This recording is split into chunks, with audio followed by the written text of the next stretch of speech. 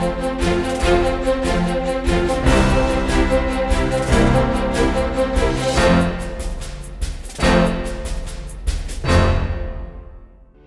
में यूपीएससी की तैयारी से संबंधित प्रोग्राम्स को देखने के लिए सब्सक्राइब करें स्टडी IQ IAS हिंदी। नमस्कार, study IQ IAS Hindi platform पर आपका स्वागत है। दोस्तों, आज हम लोग मुद्दे की बात कार्यक्रम में एक बेहद चर्चित मुद्दे पर बातचीत करने वाले हैं और यह मुद्दा जुड़ा हुआ है POK यानी कि पाक ऑक्युपाइड कश्मीर से। सामने आप पैनल पर देख रहे होंगे, एक सैन्य अधिकारी हैं नॉर्दर्न कमांड में और इन्होंने कल एक बड़ा बयान दिया है POK को लेकर करके। क्या बयान दिया है अभी हम इसके बारे में समझेंगे। टॉपिक मैंने इसमें लिखा है POK पर सेना का बड़ा बयान।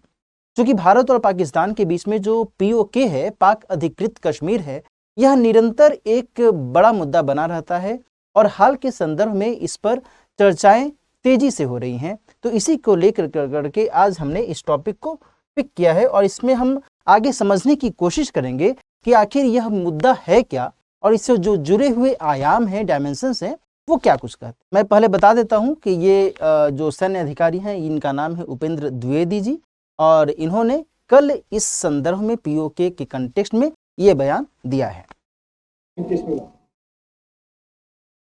रक्षा मंत्री gave the statement about the POK. As you are aware that उन्होंने कहा है कि रक्षा मंत्री जी ने POK यानी कि पाक ऑक्युपाइड जम्मू कश्मीर के बारे में एक बयान दिया था, पहले भी ये बयान दिया था और उसी का जिक्र इन्होंने किया है। parliamentary resolution already exists on the subject. Therefore, it's nothing new. It is part of the parliamentary.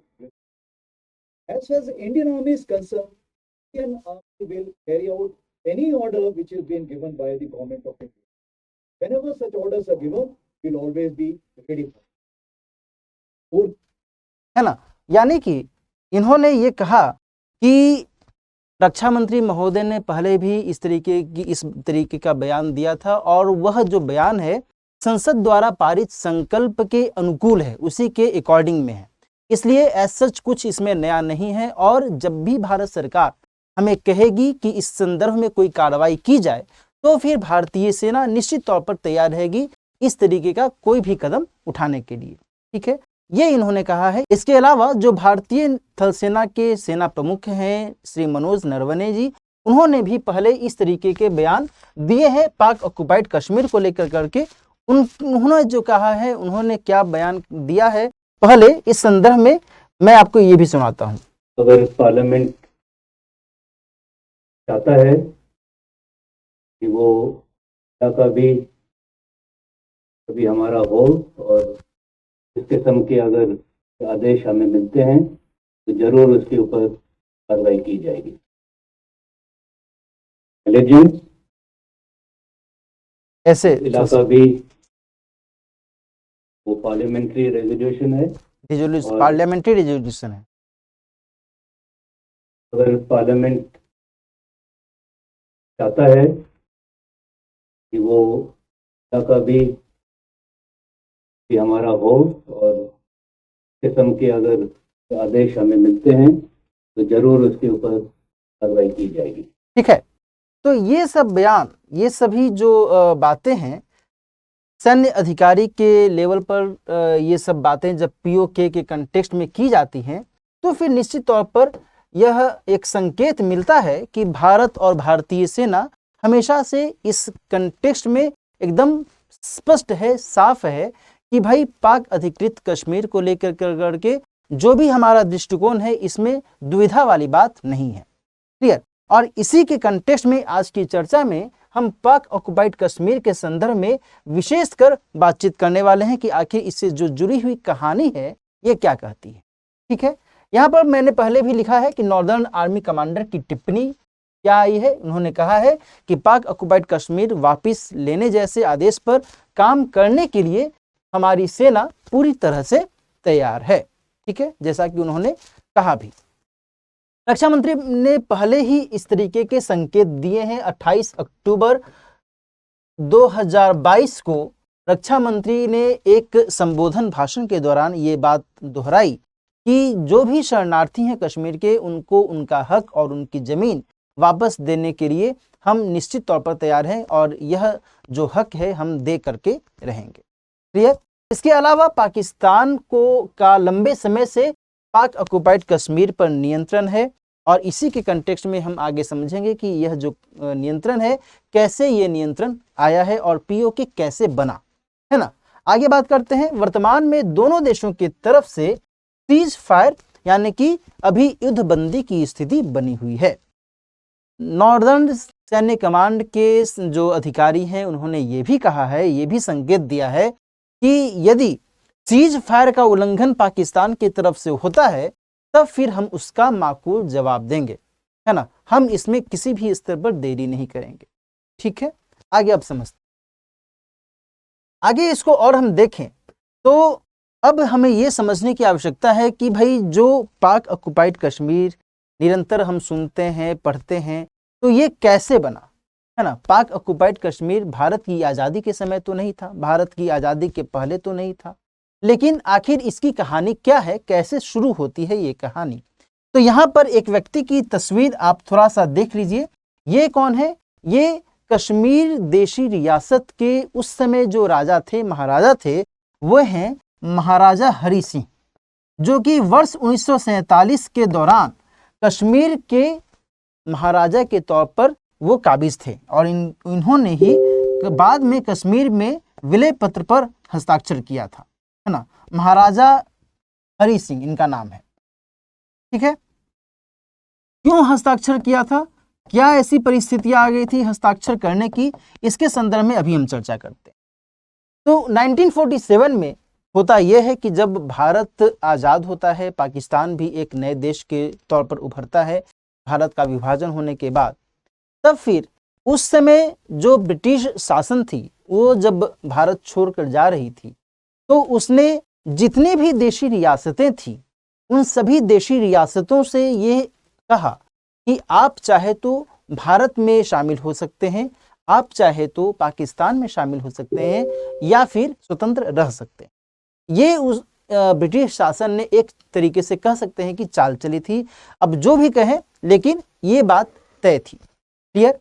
अब हुआ ये कि कई सारी देशी रियासतों ने भारत के साथ मिलना स्वीकार कर लिया, लेकिन उनमें से कुछ देशी रियासतों ने अपने आप को स्वतंत्र रखने की बात कही, जिनमें से एक जूनागढ़ था, एक हैदराबाद था और एक कश्मीर। जूनागढ़ और हैदराबाद की कहानी आज हम यहाँ पर नहीं कर रहे हैं, हम कश्मीर की कहानी को आगे एक एक करके समझते हैं। कश्मीर के कंटेक्स्ट में जब ये विकल्प दिया गया कि आप स्वतंत्र रह सकते हैं तो महाराजा हरि सिंह जी ने इस विकल्प को स्वीकार कर लिया कि भाई हम इंडिपेंडेंट ही रहेंगे। अब बात ये होती है कि पाकिस्तान की तरफ से एक गतिविधि की जाती है और ये गतिविधि ये होती है दोस्तों कि पाकिस्तानी सेना के समर्थन से जो कुछ कबायली थे वो कश्मीर के हिस्से में, कश्मीर के क्षेत्र में हमला कर देते हैं और इसके कारण कश्मीर के महाराजा को दिक्कतें होने लगती हैं, परेशानी होने लगती है और वो फिर भारत से मदद की गुहार लगाते हैं। वे चाहते हैं कि भारत हमें इस स्थिति में हमें मदद करे, हेल्प करे। क्लियर। लेकिन भारत का एक पक्ष ये था कि आप यदि स्वतंत्र हैं तो फिर हम इनडायरेक्ट या फिर डायरेक्ट वे में कैसे आपकी हम मदद कर सकते हैं। इससे एक तरीके से कह सकते हैं कि इससे एक अंतर्राष्ट्रीय युद्ध की स्थिति बन सकती है, क्योंकि सामने से पाकिस्तान है, पाकिस्तानी समर्थित सेना है और हम भी इधर से अटैक कर देंगे, हम आपको सपोर्ट करेंगे, तो फिर इससे हम दोनों देशों के बीच में एक डायरेक्ट टकराहट की स्थिति, प्रत्यक्ष टकराहट की स्थिति बन सकती है। क्लियर। तो इसी संदर्भ में होता यह है कि कश्मीर के राजा जो हैं वो इंस्ट्रूमेंट ऑफ एक्सेशन पर हस्ताक्षर करते हैं इन्हीं परिस्थितियों के मद्देनजर। इंस्ट्रूमेंट ऑफ एक्सेशन यानी कि विलय पत्र, और यह ठीक वैसा ही विलय पत्र था जिसके साथ बाकी जो देशी रियासतें थीं उन्होंने हस्ताक्षर किए। ठीक है, और उसी तरीके से कश्मीर के राजा ने भी हस्ताक्षर किए और यह हस्ताक्षर कब होता है तो 26 अक्टूबर 1947 को। बात समझ में आ रही है। और अगले ही दिन भारतीय सेना फिर कश्मीर पहुंच जाती है। अब जाहिर सी बात है, जब अब भारत का अभिन्न अंग बन गया कश्मीर इस हस्ताक्षर के बाद से, तो भारतीय सेना वहां पहुंच गई। अब दोनों देशों के बीच में एक जो है टकराहट की स्थिति सामने आ गई और यह टकराहट की स्थिति लंबे समय तक रहती है। बाद में इस मामले को उठाया जाता है कहां पर, तो ये मामला उठता है संयुक्त राष्ट्र में, है ना। और संयुक्त राष्ट्र में जब ये मामला उठता है तब फिर इसके कंटेक्स्ट में एक कदम उठाया जाता है इसके माध्यम से और एक संकल्प लाया जाता है 21 अप्रैल 1948 को। ठीक है, इस संकल्प में 2-3 बातें की जाती हैं। पहली बात यह की जाती है कि भाई सबसे पहले तो एक सीज फायर आदेश को फॉलो करना होगा, उसको मानना होगा। सीज फायर आदेश के माध्यम से दोनों ही देश इस बात को तय करेंगे कि भाई अब हम युद्ध नहीं करेंगे, और जैसे ही इस पर तय हो जाएगा देन फिर दोनों देश अपने अपने सेना जहां पर उनकी सेनाएं हैं जिस तारीख को हैं उस तारीख को ही LOC यानी लाइन ऑफ कंट्रोल ड्रॉ कर लिया जाएगा और इसी को नियंत्रण रेखा मान लिया जाएगा। क्लियर। इसके साथ ही यह भी कहा गया कि हम एक युद्धबंदी समझौता भी करेंगे, है ना, युद्धबंदी समझौता। इस युद्धबंदी समझौता के माध्यम से यह तय किया गया था कि सबसे पहले पाकिस्तान ने जो अपनी सेना इस हमले में भेजी है उसको वापस करे, क्योंकि पाकिस्तान ने ये बात मान ली थी कि इसकी सेना भी इस कबायली हमले में साठगांठ कर करके समर्थन कर करके और कश्मीर में उत्पात मचा रही। क्लियर। तो इस संकल्प में, संयुक्त राष्ट्र के संकल्प में ये बात कही गई कि आप अपनी सेना वापस कीजिए। इसके अलावा जो कबायली हैं वो भी वापस हों, है ना, पाकिस्तान उनको भी वापसी का जो भी व्यवस्था है वो करे, और देन फिर भारत की जो सेना है वह भी धीरे धीरे कर करके वापस होगी। तो इसमें 3 बातें कही गई थी। पाकिस्तान की आर्मी, है ना, वापस हो, कबायली वापस हो, है ना, और देन फिर भारतीय सेना वापस हो। क्लियर। और एक तीसरी बात इसमें कही गई थी कि भाई जब स्थितियां सामान्य होंगी तब यहां पर जनमत संग्रह हम करवाएंगे, जो कि आज तक नहीं हो पाया है। जनमत संग्रह की बात की गई थी जो कि आज तक नहीं हो पाया है। क्लियर। लेकिन फिर बात आ जाती है कि भाई जो POK की कहानी है वो फिर कैसे शुरू होती है, वो फिर क्या होती है। तो जो मैंने आपको कहा कि सीज फायर आदेश की बात मैंने की, और जब मैंने ये कहा कि दोनों सेनाएं जिस तिथि को जहां पर भी रहेंगी उसी तिथि के बाद से उस स्थान को ही लाइन ऑफ कंट्रोल LOC कहा जाएगा। ठीक है। तो ये बात होते होते 31 दिसंबर 1948 को ये स्थिति लागू होती है, युद्धबंदी हो जाती है 31 दिसंबर 1948 को, है ना। और इसके बाद 1 जनवरी 1949 को जो है 1 जनवरी 1949 को दोनों देशों के बीच में जो लाइन ऑफ कंट्रोल है वह खिंच जाता है, नियंत्रण रेखा उसे कहा जाता है कि पाकिस्तान की सेना जहां पर थी वो और भारतीय सेना जहां पर थी वो, ये दोनों जहां पर भी इस तिथि को थी 1 जनवरी 1949 को थी, उसी को नियंत्रण रेखा मान लिया जाता है। ठीक है ना। और इन बिटवीन चूंकि पाकिस्तान की सेना कश्मीर में आई हुई थी, इसलिए उसने कश्मीर के जिस हिस्से तक नियंत्रण किया हुआ था उसको वहां पर LOC मान लिया गया।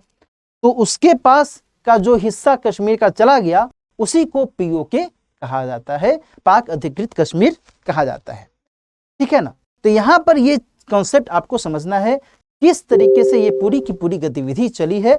पाकिस्तान के नियंत्रण में कश्मीर के एक हिस्से का चला जाना, यहां से ये तय हो जाता है। ठीक है, 1 जनवरी 1949 की स्थिति से। क्लियर। अब थोड़ा सा इस पूरे डायग्राम को एक बार समझिए। ये जो आप लाल इस कलर से देख रहे हैं, मैं इसको और थोड़ा सा डीप कर देता हूं ताकि आप इसको समझ पाएंगे अच्छे से। ये जो स्थिति है ना, ये जो स्थिति है यही है पाक ऑक्युपाइड कश्मीर। LOC जो है, यही जो लाल रेखा है इसी को LOC लाइन ऑफ कंट्रोल कहते हैं। इसके इधर जो हिस्सा है यही है पाक अधिकृत कश्मीर। इसी में GB भी है, गिलगित बाल्टिस्तान भी है ना। गिलगित बाल्टिस्तान में पाक ऑक्युपाइड कश्मीर का लगभग 84-85% हिस्सा है ना। और पूरे कश्मीर का यदि हम कहें तो पूरे कश्मीर का लगभग 30 से 35% हिस्सा पाक ऑक्युपाइड कश्मीर के तौर पर रहा। अब तो खैर जब 5 अगस्त 2019 को भारतीय संसद ने एक अधिनियम के माध्यम से और एक आदेश के माध्यम से इनफैक्ट ये किया कि भाई एक लद्दाख और एक जम्मू कश्मीर नाम से 2 संघ शासित प्रदेश रहेंगे, तो अब तो स्थितियां ही थोड़ी सी बदल गई हैं, है ना। तो यहाँ पर जो ये POK है इसी तरीके से यहाँ पर डिजाइन किया हुआ है, इसी तरीके से आप इसको समझ सकते हैं, है ना। तो ये जो स्थिति है, ये स्थिति क्या दर्शाती है? ये स्थिति यही दर्शाती है कि आज भी भारत जो है इस भूमि को लेकर करके बिल्कुल ही संवेदनशील है ना। इस भूमि को, चूंकि ये हमारे सम्मान का, ये हमारे अधिकार का प्रश्न है और इस लिहाज से भारत सरकार कतई इससे समझौता नहीं कर सकती, ठीक है। अब यहाँ पर थोड़ा सा ये समझिए कि ये जो पाक ऑक्युपाइड कश्मीर है इसका रणनीतिक महत्व क्या है ना। रणनीतिक महत्व क्या है? पहला तो महत्व यह है दोस्तों, चूंकि यह जो है पाकिस्तान से बॉर्डर साझा होता है ना, साथ ही इसका एक हिस्सा अफगानिस्तान से भी साझा होता है ना। देख रहे हो ना, गिलगित बाल्टिस्तान का जो ऊपर वाला हिस्सा है एकदम अफगानिस्तान से भी टच करता है, एक हिस्सा इसका चीन से भी टच करता है ना। जिनजियांग प्रांत का जो हिस्सा है वो चीन से भी टच करता है।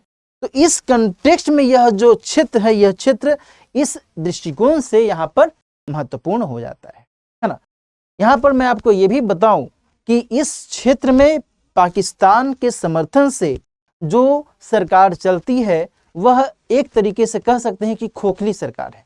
हालांकि वहां पर पूरा का पूरा, पूरी की पूरी एक संरचना बनी हुई है ना। आपको जानकर ताज्जुब होगा कि यहाँ पर इसका अपना सर्वोच्च न्यायालय और उच्च न्यायालय भी है ना, और अपने प्रधानमंत्री, राष्ट्रपति, इस तरीके से भी संरचना यहाँ पर बनी हुई है। लेकिन ये सभी के सभी डिपेंडेंट हैं किस पर? तो पाकिस्तान पर, क्लियर। और यहाँ पर अक्सर विरोधी प्रदर्शन होते रहते हैं। यहाँ की जो अर्थव्यवस्था है इस क्षेत्र की अर्थव्यवस्था भी एप्रोप्रिएट नहीं है, सही नहीं है। यहाँ से कई जो युवा लोग हैं वो गल्फ कंट्रीज में, खाड़ी देशों में जाते हैं रोजगार ढूंढने के लिए, रोजगार करने के लिए।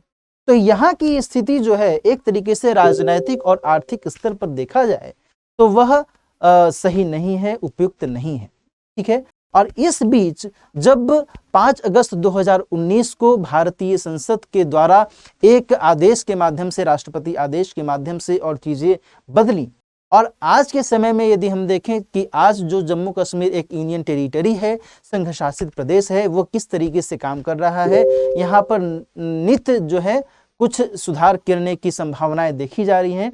तो ऐसे में रक्षा मंत्री के द्वारा जो इस तरीके के संकेत दिए जाते हैं, सैन्य अधिकारियों के द्वारा जो इस तरीके के संकेत दिए जाते हैं, ये आने वाले समय में कुछ संभावनाओं को दर्शाते हैं, है ना।